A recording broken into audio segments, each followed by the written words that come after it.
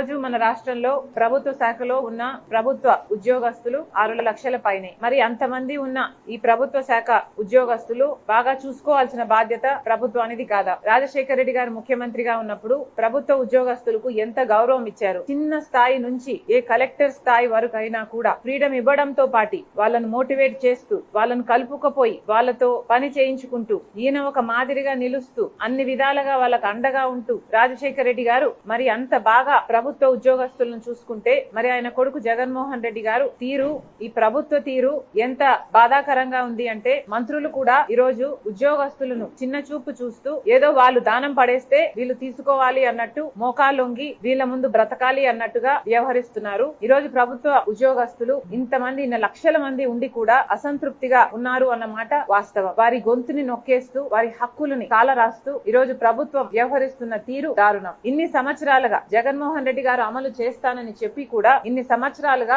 వాళ్ళు మాకు సిపిఎస్ వద్దు, మాకు ఓపీఎస్ఏ కావాలి అని వాళ్ళు ఇంతగా అడుగుతున్నా, వాస్తవానికి కొట్లాడుతున్నా, పదే పదే ఈ అంశాన్ని లేవనెత్తుతున్నా ప్రభుత్వం మొండి వైఖరి వల్ల ఈ రోజు వరకు వాళ్ళను తిప్పించుకుంటున్నారు తప్పితే వాళ్ళ మొర వినింది లేదు, ఆలకించింది లేదు. మరి 5 సంవత్సరాలు ప్రభుత్వంలో ఉన్నారు. మరి 5 సంవత్సరాలుగా వాళ్ళ డిమాండ్స్ లో ఏ ఒక్కటైనా మీరు నెరవేర్చారో లేదో ప్రభుత్వం సమాధానం చెప్పాలి. పోనీ ఒక్క విషయంలోనైనా మీరు వాళ్ళ తరపున నిలబడ్డారా? వాళ్లకు మేలు చేశారా? ఏ విషయం తీసుకున్నా కనీసం వాళ్ళ టీఏ-డిఏలు కూడా మీరు ఇవ్వటం లేదు. ఎన్ని విషయాలలో ఈ ఉద్యోగస్తులకి మీరు బకాయిలు ఉన్నారో ఒకసారి వెనక్కి వెళ్లి రికార్డ్స్ చూడండి. కనీసం మెడికల్ బిల్స్ కూడా దాదాపు 150 కోట్ల రూపాయలు వాళ్ళ మెడికల్ బిల్స్ కూడా మీరు బకాయిలుగా పెట్టారు. లీవ్ కు సంబంధించి 2000కు పైగా ఎంప్లాయీస్ కు చెల్లించాల్సిన అవసరం ఉన్నా ఇంతవరకు చెల్లించడం లేదు. ఇలా దాదాపు 22,000 కోట్ల రూపాయలు ఉద్యోగస్తులకి ప్రభుత్వం బాకీ ఉంది. మరి వీటి గురించి ఎందుకు ప్రభుత్వం స్పందించడం లేదు? వాళ్ళకు సంబంధించి హెచ్ఆర్ఏ అయితే వాళ్ళ కనీస హక్కు, కానీ దాంట్లో కూడా కోత విధించింది ప్రభుత్వం. రాజశేఖర రెడ్డి గారు నాకు తెలిసి 22% ఫిట్మెంట్ ఇచ్చినట్టున్నారు. మరి అలాంటప్పుడు ఈ ప్రభుత్వము కనీసం దగ్గరగా కూడా రావడానికి ప్రయత్నించడం లేదు. 11వ పిఆర్సీ ప్రకారము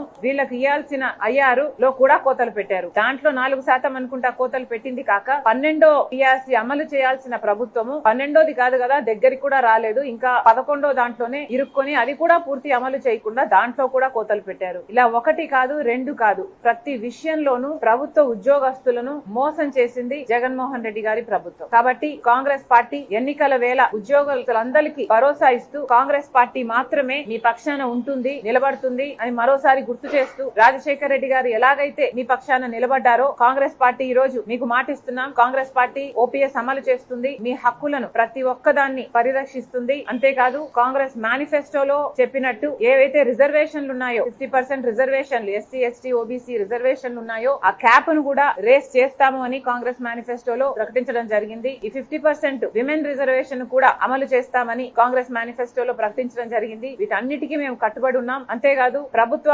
ఉద్యోగాలు కూడా దేశం మొత్తం 30 లక్షల ఉద్యోగాలు ఇంకా ఖాళీగా ఉన్నాయి, అవి భర్తీ చేస్తామని కాంగ్రెస్ మేనిఫెస్టోలో ప్రకటించడం జరిగింది. రాష్ట్రంలో ఉన్న 2 లక్షల పైన ఉద్యోగాలు కూడా భర్తీ చేస్తామని మరొకసారి గుర్తు చేస్తూ కాంగ్రెస్ పార్టీ మాత్రమే మిగతా అన్ని సెక్షన్స్ కి అండగా ఉండినట్టు ఉద్యోగస్తులు కూడా అండగా ఉండే ఏకైక పార్టీ కాంగ్రెస్ పార్టీ కనుక మళ్ళొకసారి ఎన్నికల వేళ కాంగ్రెస్ పార్టీని ఆదరించమని, ఆశీర్వదించమని కాంగ్రెస్ పార్టీ అధ్యక్షురాలుగా వైఎస్ షర్మిలారెడ్డి గారు మనస్ఫూర్తిగా ప్రార్థిస్తున్నారు.